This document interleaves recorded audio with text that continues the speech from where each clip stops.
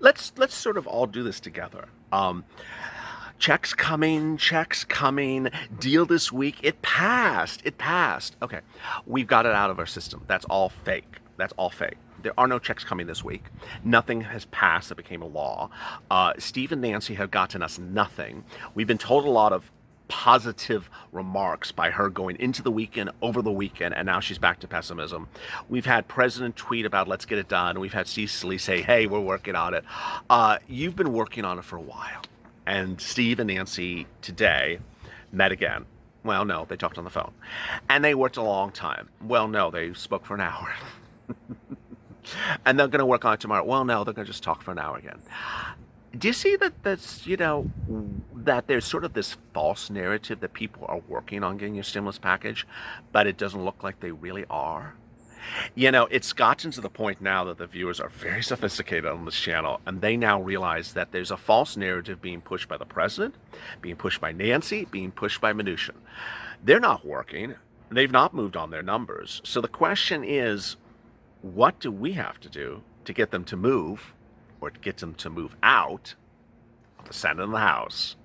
This is Pelosi versus MNUCHIN.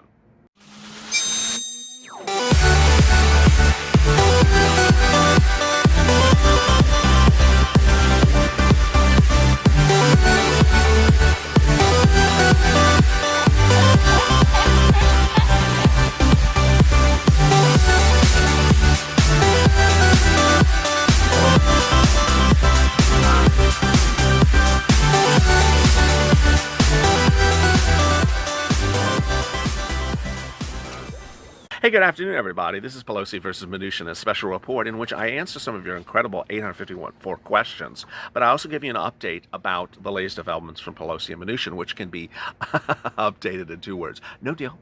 Yeah, okay, I'm done. See you tomorrow.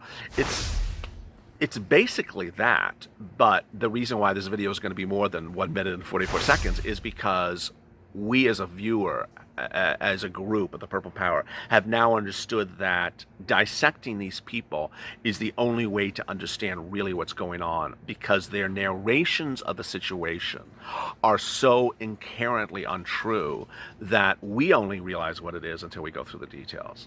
In this video, I'll be going over what the latest developments are on Nancy and Steve, where their numbers are, where the deal can be hatched, where it cannot be hatched, and what you should expect this week. All right, let me get to the incredible details. The incredible details as we sit here today is that despite whatever Steve and Nancy do or don't do, there's a problem, and the problem's called the Senate. There's a lot of problems with the Senate, and I want to make something very clear to you, and I think the viewers of this channel now understand. The Senate has a fundamental core problem with this entire situation. The Senate Republicans do not want to give stimulus over $1.5 trillion. That's what Chuck Grassley has said. There's a point at which you can drag people to get to them on a higher number, especially if the President of the United States and you think that you're the leader of your political party, you can drag people a little bit higher. But how high can you drag people? That's really sort of the question. Jim Cramer said that on CNBC today. How high can you pull reluctant people, Senate Republicans, up to a higher number? And where would that higher number be? Well, Steve Mnuchin's at 1.7. I can't say it with a straight face, because the Senate Republicans had problems with 1.5. Real big problems with the Problem Solvers bill. That's the reason why we supported the Problem Solvers bill, because Chuck Grassley, the number 2 senator, said at that point, you know what? This is going to cause a lot of, what was his term, anxiety or something like that for Republicans. He didn't say they wouldn't do it. He just says it's going to cause them a lot of angst, anxiety. Bottom line is they would sign on 1 point. They would do 1.5.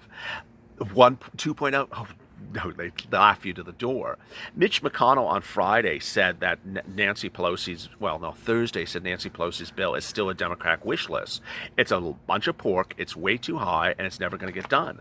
Now, that was when she was at 2.2. Well, guess what?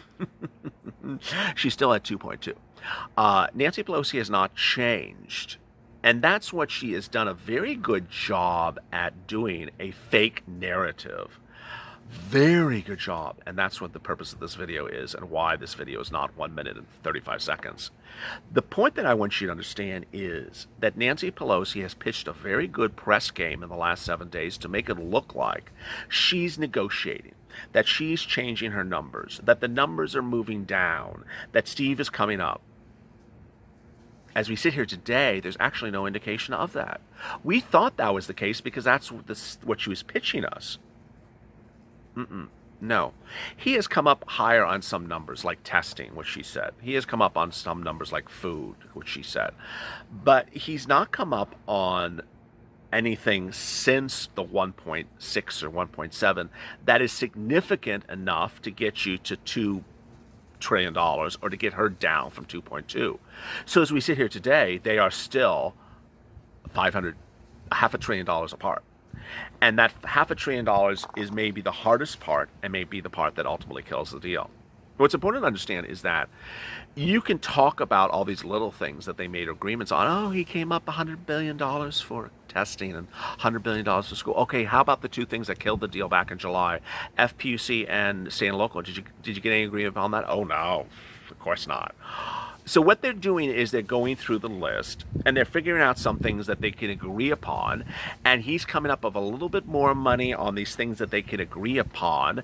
And she's decreasing the time frame of some of the programs so that they're a little bit narrower so that the numbers get closer.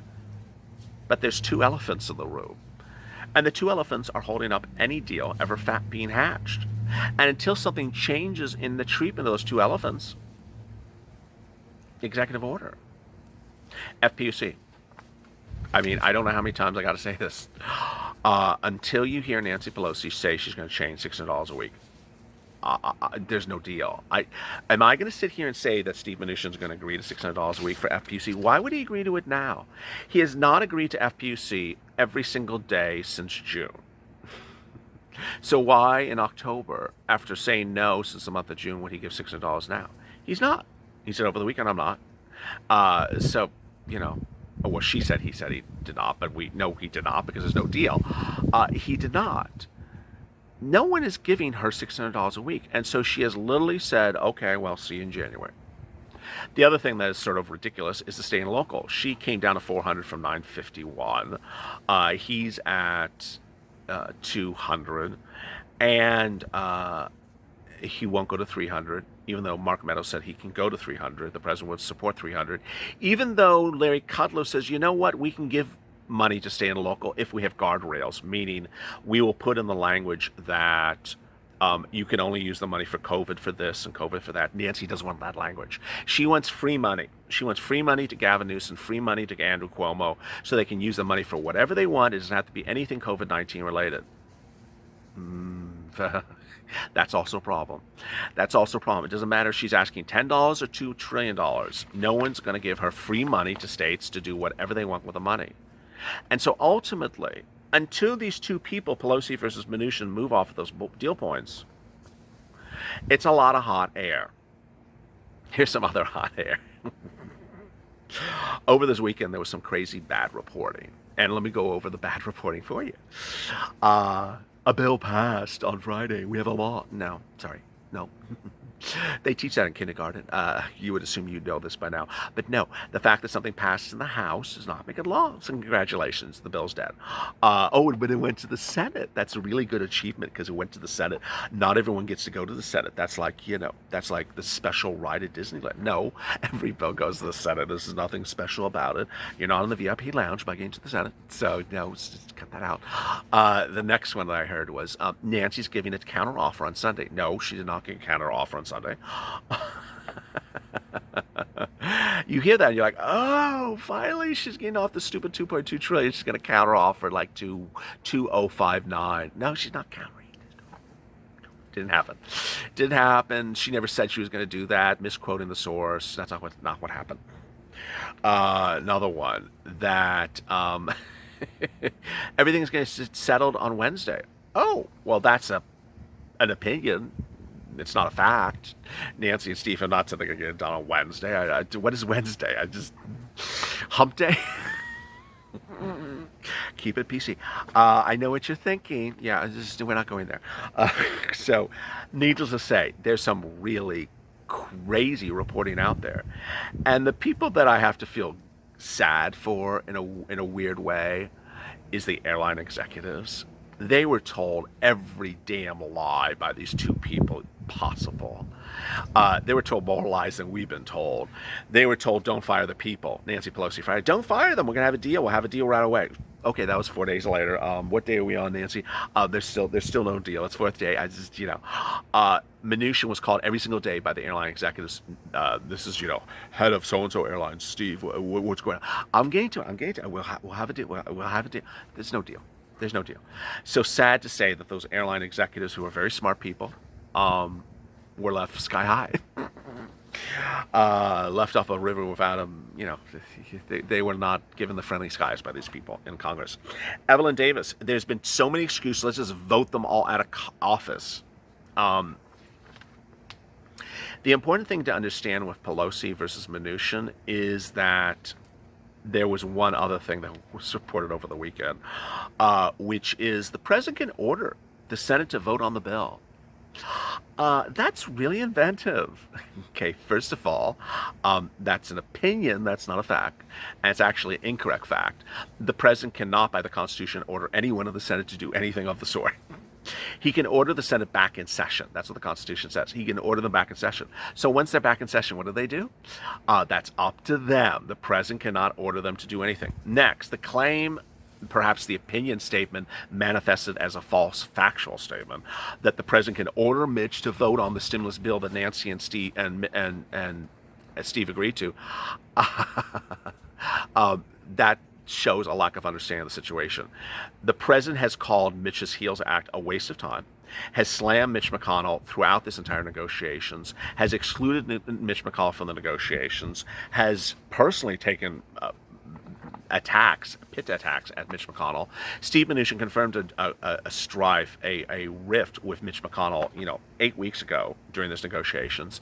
When asked whether or not he can get Mitch on board on anything, Steve Mnuchin over a week ago told CNBC, let's just deal with Nancy first and I'll deal with that later. So to say that you think, as a matter of fact, that the president can get Mitch to call a vote, to order people back into session, and to do exactly what the president, Steve Mnuchin, wants to do, ignores the tensions between these two people, or three people, for upwards of 2 months. What's my opinion?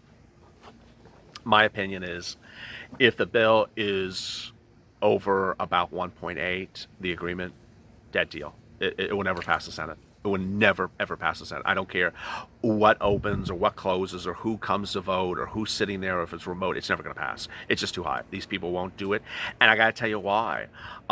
Because a lot of people stick to their principles, and we now understand that they're not having so much an issue about the number. And I'm not vouching for the Republicans. I'm just potentially explaining their situation, which is that the 1.8 or 1.9 is turning out to be 1.6 of big government salary raises and $200,000 for the American people. It's becoming much of nothing for Americans and big bailouts for everyone else. And they have a right to say, I'm not going to do that. It's a very bad bill. And ultimately, when you're in a situation like that, you have to decide, do I want to do something really bad that will still give Americans money, or just say, no, I'm just not going to do it. I'm going to stand by my principle. And that's a decision they're making, not a decision I'm making, because I'm not an elected official. Robert Lee, America's so disgusted. Angela, here's the way I look at it. These people want to be voted out. These people were to be voted in to work, and right now they need to be voted out. Well said. Robert Henson, original viewer of this channel, supported this channel when it was just a little baby. Hello, Robert Henson. They did give Nancy an IQ test just this morning. It came back negative. They gave Nancy an IQ test this morning. It came back negative. Oh, Robert Henson with the jokes. DC, can't use president as an excuse. He's out, and I really think he needs to look at it. Very well said. Tommy Choate. They went to Trump's Facebook page and said, hey, have you had a child look up from an empty plate and said, I'm hungry? Dylan Deere, the next issues will be they tried to start remote voting on Zoom and now their computers have a virus. Everyone has jokes today. Okay, Charles Cowden. If I had a stimulus check for every time I heard it's imminent, I'd be wealthy. Oh, well, that's Nancy. That's Nancy's word, not mine. They don't want to help us. Bozo. That's the person's screen name, not my name. Jill Kennedy, I don't think she's going to do anything. Ricky Wright, the Temple of Doom doesn't help us. Niv, no matter what side claims it's imminent, I won't jump for joy until I see it. Tina Brow, they need to put out their money and give us the money right now. Travis, get rid of them all. John Humphreys, surprised nothing happened for the American people. Gary, who would have thought that on October 4th we'd still be waiting? Very well said. Go to French channel, subscribe because we really understand the situation together, and we're trying to get through this, and we will. It's just getting, screwy. Very, very, very screwy. Go to French channel, subscribe because we really do put forward the best news, the most factual news, the most accurate news, so you separate news, fact, opinion, and more. Also like this video. Coming up next is evenings LALATE. Big developments on that. Check, and then Purple Power. As always, stay informed, stay smiling, and stay FLA for more.